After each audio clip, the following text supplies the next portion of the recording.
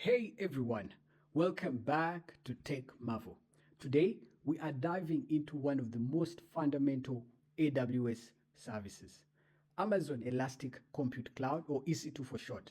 Now, if you're looking to build applications in the cloud, understanding EC2 is absolutely essential. Now, in this lab, we will walk through launching an EC2 instance, connecting to it via SSH, installing a web server, and publishing a simple web page. Now, whether you are preparing for an AWS certification or building your first cloud application, mastering EC2 is critical or crucial for your cloud journey. Now, let me quickly explain what EC2 is before we jump into this hands-on portion.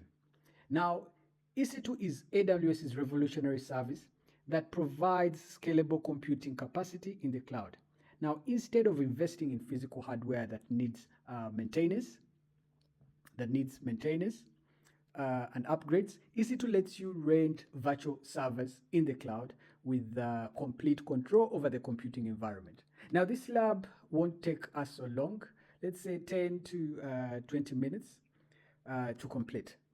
Now, the first thing that we did was to sign into the AWS Management Console, which we've done. Now, after signing in, as you can see here, I visited EC2. So what I'll do is to come up here at the search and place in EC2.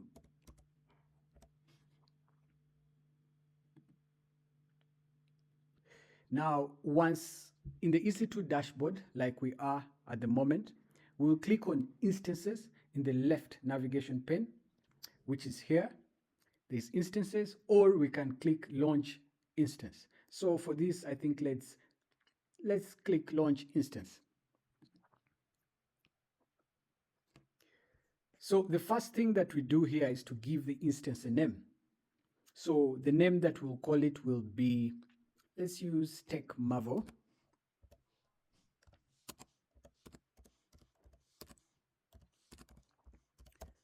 EC2. I think that is reasonable.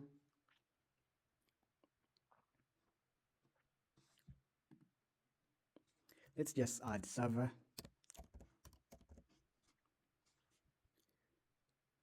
Now, next we need to choose an Amazon machine image, which is down here. Now, for this, we'll go with Amazon Linux. It's in the free tier. But before I go further, I want to explain a bit more about Amazon Machine Image, or AMI.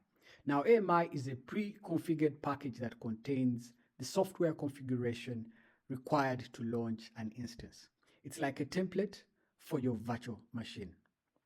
Now, AWS provides many AMIs, including the Amazon Linux, Mac OS, Ubuntu, Windows Server, and more. So for this, let's go with Amazon Linux, the free tier, eligible 2023 AMI. Now, the other thing that you should know is Amazon Linux that we've chosen, the two, is a great choice for our lab because it's optimized for EC2. It's maintained by AWS and comes with many AWS tools pre-installed. So after this, we will scroll down. We'll go to instance type. Now, to select our instance type for this lab, we'll use the T2 Micro, which is included in the AWS Free Tier. Now, this provides 1V CPU and 1 GB memory, which is perfect for our web server. Now, just to dive deeper into instance types. Now, AWS offers a wide variety of instance types optimized for different use cases. Now, each instance type includes one or more instance sizes, allowing you to scale your resources based on your workload's requirements.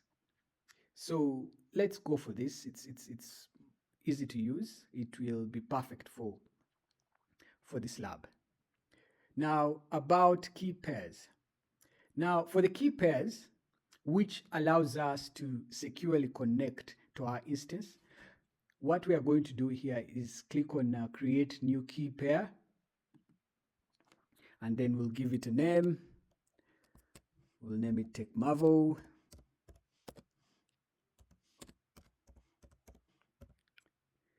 Key.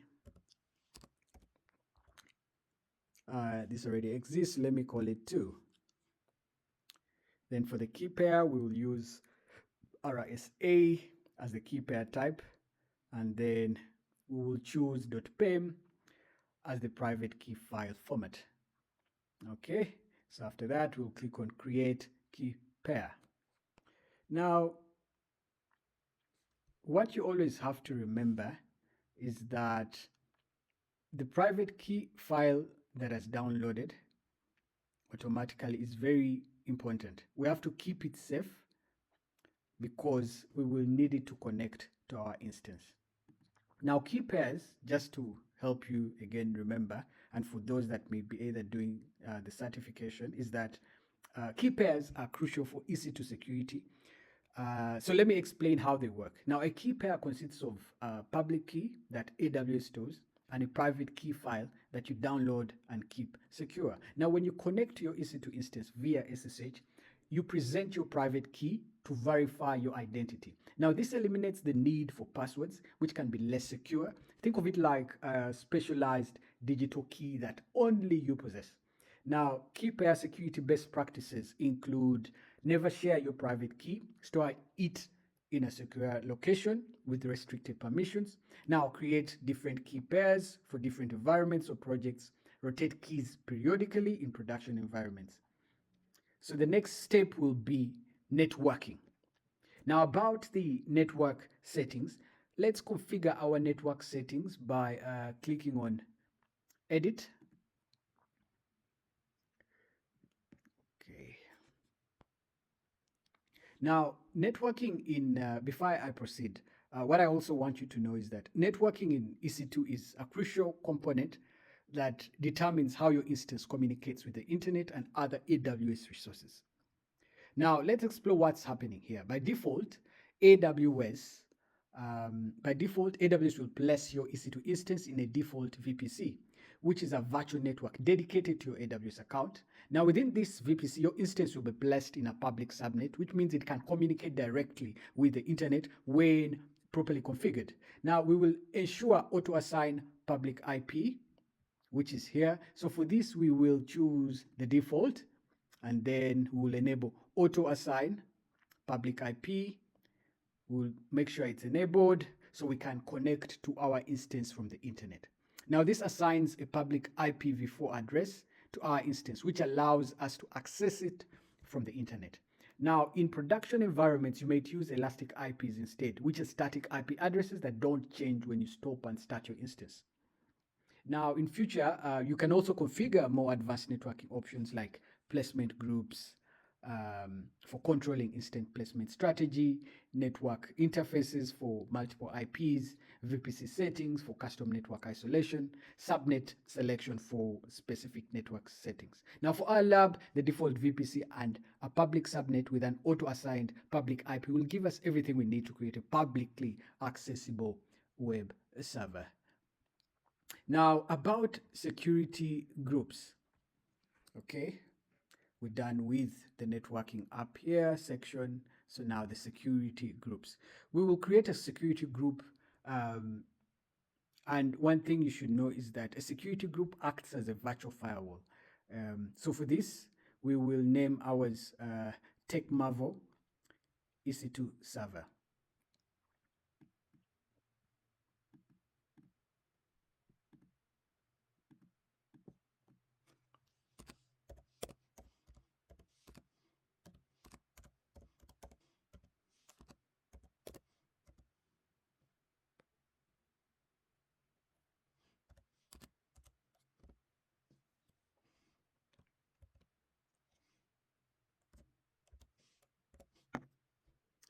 Okay, we'll give it that name. And then for description, we will give it a description such as security group. Okay, security group. to allow traffic to our EC2. Let's say our TechMa for EC2. Okay, so we're done there. So one other thing that you have to know as well is that security groups are one of the most important security features in AWS. Like I said, they act as virtual firewalls that control the traffic allowed to and from your EC2 instance at the instance level. Now, here's what makes them special. They operate at the instance level rather than the subnet level. They are stateful, meaning that if you allow outbound traffic, the response traffic is automatically allowed regardless of inbound rules. Now, you can specify allow rules but not deny rules. You can reference other security groups rather than just IP ranges. Now, by default, SSH port 22 access is already added, as you can see. We also need to add HTTP access. So we will click on add. We'll click on add security. Just a second, security group rule.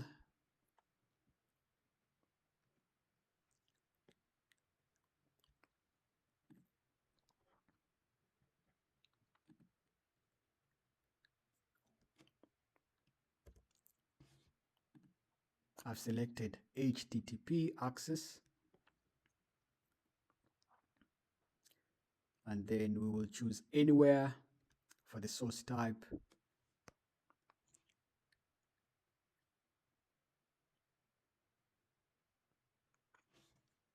Now, one thing you should know is that, just to again add on what I mentioned, security groups are your first line of defense in AWS. So configuring them properly is essential for a secure environment. So now that we've selected HTTP and the source type as anywhere, now this will allow web traffic to reach our server. Now, the other thing you will also know that as you go through this is that in a production environment, you will typically restrict SSH access to specific IP ranges rather than anywhere. You would use custom ports for services where possible. You would create different security groups for different functions. And you should always apply the principle of least privilege, allowing only necessary traffic. Now, as we can see, we will leave this as they are, and we'll click on launch instance.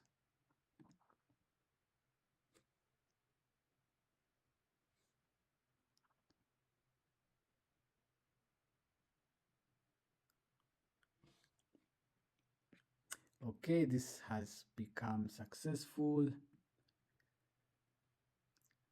Okay, our instance is running, status check, it's initializing. Now we will wait until the instance state shows running and the status checks show 2 out of 2 checks passed. Now this will mean your EC2 instance is up and running. Now you should always make note of your instance's public IPv4 address because we will need it later. Okay.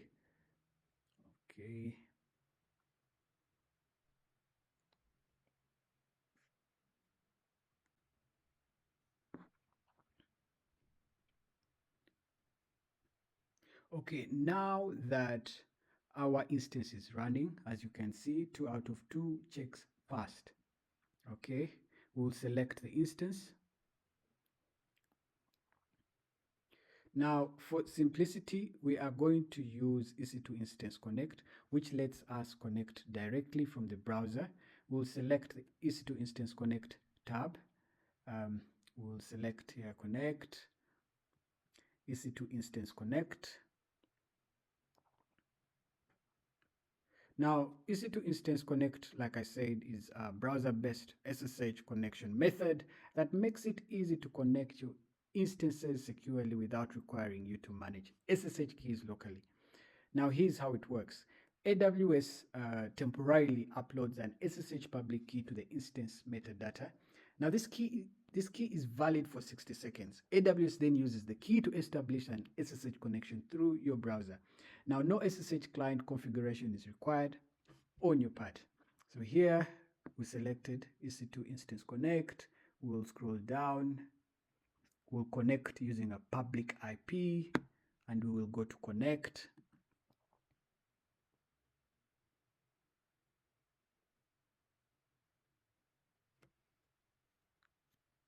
Now, on your machine, a new browser tab will open just as it has here with the terminal connected to your EC2 instance. As you can see, this is already connected to my EC2 instance. Now, you are logged into your virtual server in the AWS cloud as soon as you see this. Now, the next step will be installing Apache web server. Now that we're connected, and before we install Apache, let me just explain what it is and why we are using it. Now, Apache HTTP server, commonly referred to as just Apache, is one of the world's most popular web server software. It's an open source cross-platform web server that powers a significant percentage of websites on the internet. Okay, so I won't talk much about it, but key features of Apache include reliability and scalability, flexibility, security features including SSL, TLS encryption support. So what we are going to do is to switch to the root user for administrative privileges. And the command we will start with here is sudo su.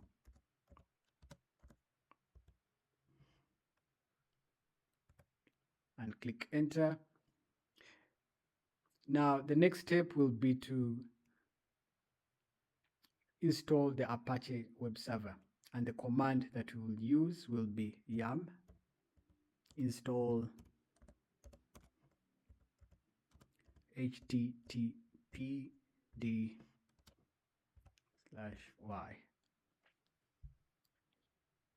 Now you click enter.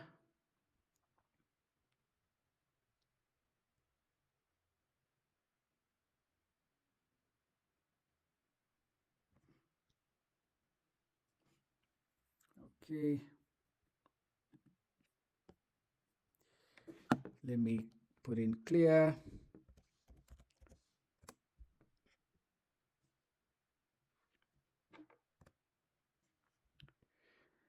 Okay, now once you've installed Apache web server, we will have to start the Apache service. So the next command that we'll use will be system ctl enable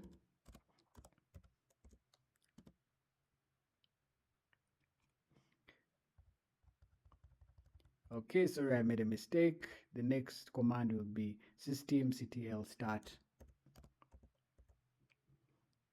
httpd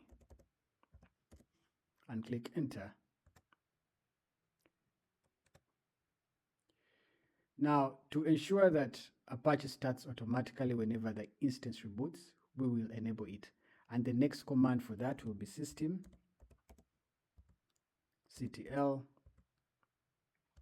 enable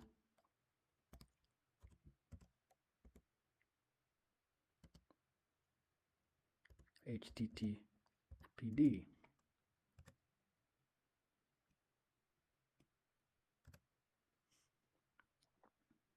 Now, the next command will be systemctl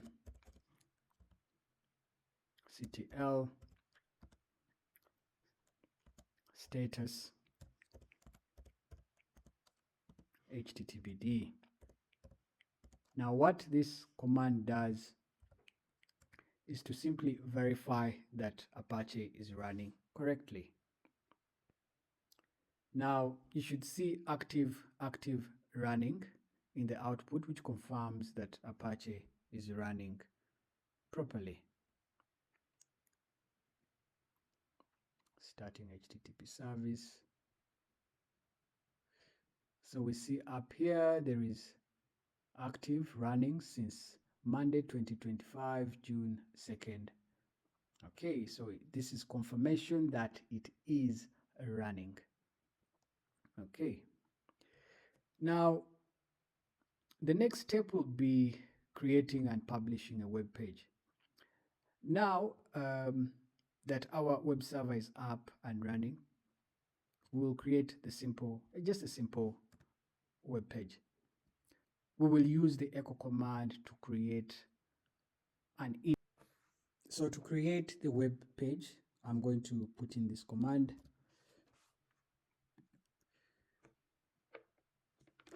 and click enter.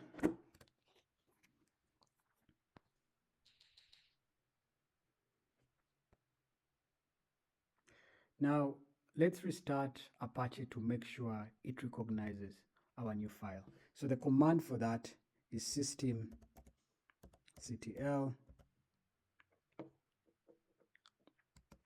restart httpd .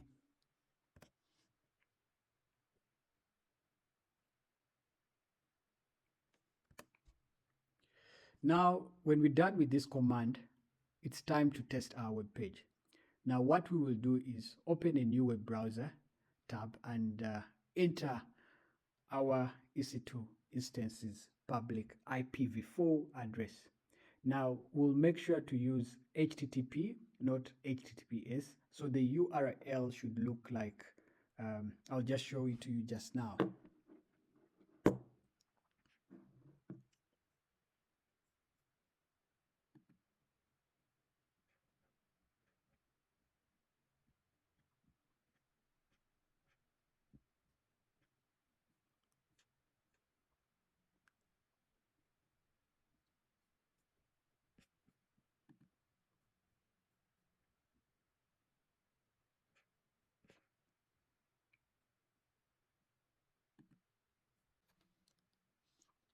So what I've done is to open up a new browser, and I'm going to place in my IPv4 address. And what I will do here is simply to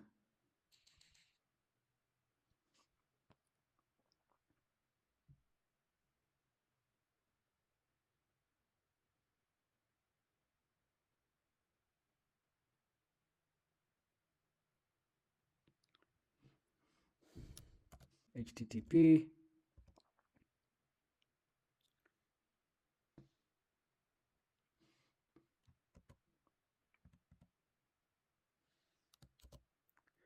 as you can see my screen, I've put in the IP address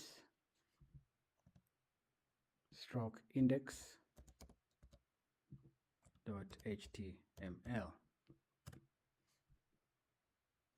Awesome, welcome to Tech Marvel. My first AWS EC2 web server is running successfully. Now this is evidence and proof that you have successfully launched an EC2 instance and deployed a web page using the Apache web server. So the lab summary and best practices.